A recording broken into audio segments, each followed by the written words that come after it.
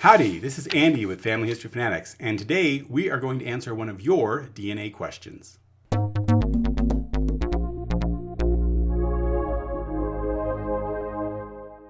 There's still one confusing topic or question: the start and end coordinates of the specific DNA sector. I'll explain it briefly with a case as a MyHeritage client. I have a match A and a match B. I have several shared DNA matches with A, and I have a shared DNA matches with B. B is not listed as a shared match with A, and A is not listed as a shared match with B. Okay. The chromosome browser does not indicate any triangulation. A and B share exactly the same position with the same start and end coordinates on chromosome number 22. And then he gives me the genomic position for it.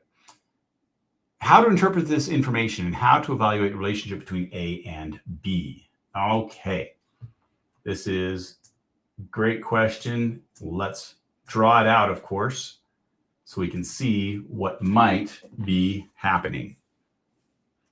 So remember, every match is between you and somebody else, or between somebody else and a third somebody else.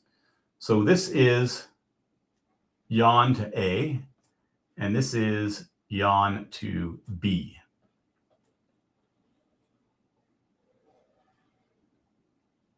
Okay, now I'm going to say he gives me the coordinates 199 to 234 or 19 to 23.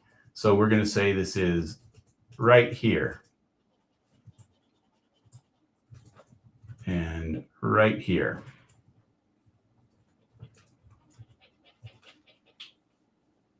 Okay, but apparently what it sounds like is if we look at A to B, there's nothing there. Okay, it's blank like this. So what could be happening here? All right. What is A to B again? A to B, these are the two matches that Jorgen here matches. Oh, okay. Jorgen matches A and Jorgen matches B. This is on chromosome number 22. Okay. But they don't match each other. They don't match each other, it appears like. Now, this A does not match B here. I'm just interpolating because MyHeritage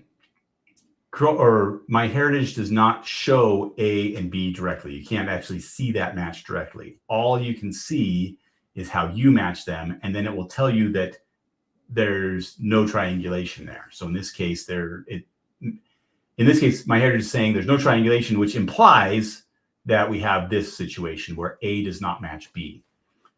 So whenever you come across something like this, the first thing to remember is really what is not being shown here is you have two chromosome number 22s.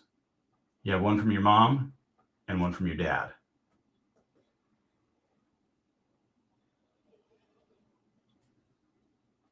We're going to say that's from your mom and that's from your dad.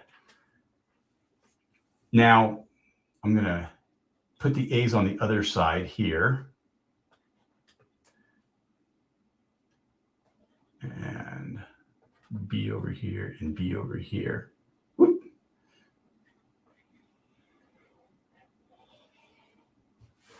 So what this is saying now, and I'm just assuming that Jorgen on his maternal chromosome matches A, we'll say on A's maternal chromosome. Jorgen doesn't match A on his paternal chromosome. And that's okay. All that the graphic is showing you on MyHeritage is that you match on one of these. It doesn't say that you match on both of them, because that's very unlikely, except for siblings or double relationships. Most relationships are only going to match on one, and so that's why it's only showing one. But what is not shown is the fact that, hey, there's another blank chromosome right here. Okay? Well, perhaps you match actually on your paternal chromosome to B and not your maternal chromosome. And this might be his maternal and his paternal. And that's okay because you'd still show up as a match there from your paternal side, even though there's no match on the maternal side. Well, in that case... Do you have those labels on? Because it's the same on the right for both. Let me make it look better here.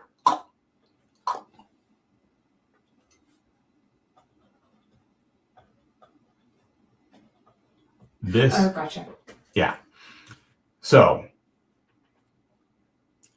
B and A, we'll just do the M and the P here, M and the P here. They don't match at all because, again, this maternal chromosome matched your paternal chromosome, which is different than your maternal chromosome. And you matched A on the maternal chromosome. Now, that's one way that this situation can happen. It's unlikely because what Jorgen points out is, hey, the start and the end point are the exact same.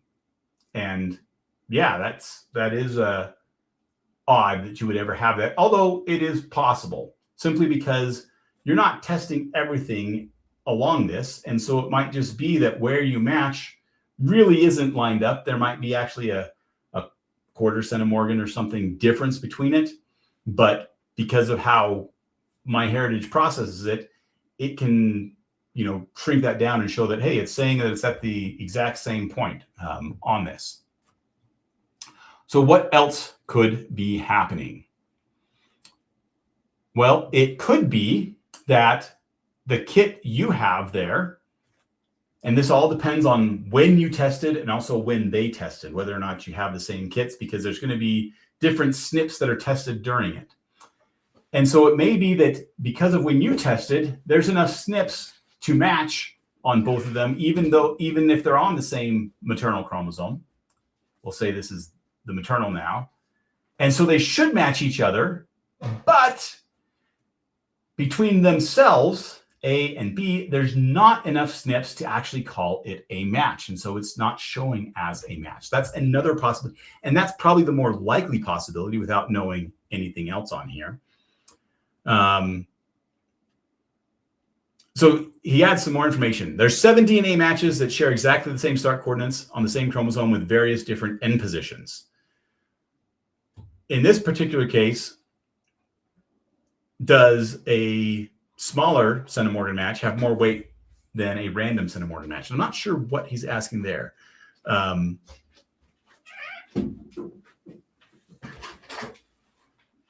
Oh, I see. So in this case, does the 8 centimorgan match have more weight than another random 8 centimorgan match elsewhere that is? And I would say, yeah, simply because whenever you have multiple people having the same segment, that is the start of an indication that you might have some triangulation. You might have a cluster of people that are all related to the same common ancestor.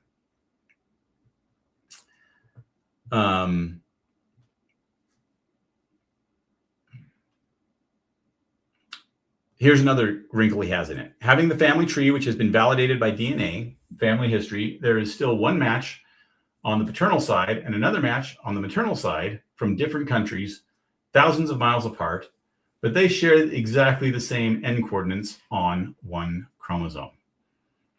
It can hardly be a random event from hundreds of millions of possibilities. The probability is too low, but what is it? Okay.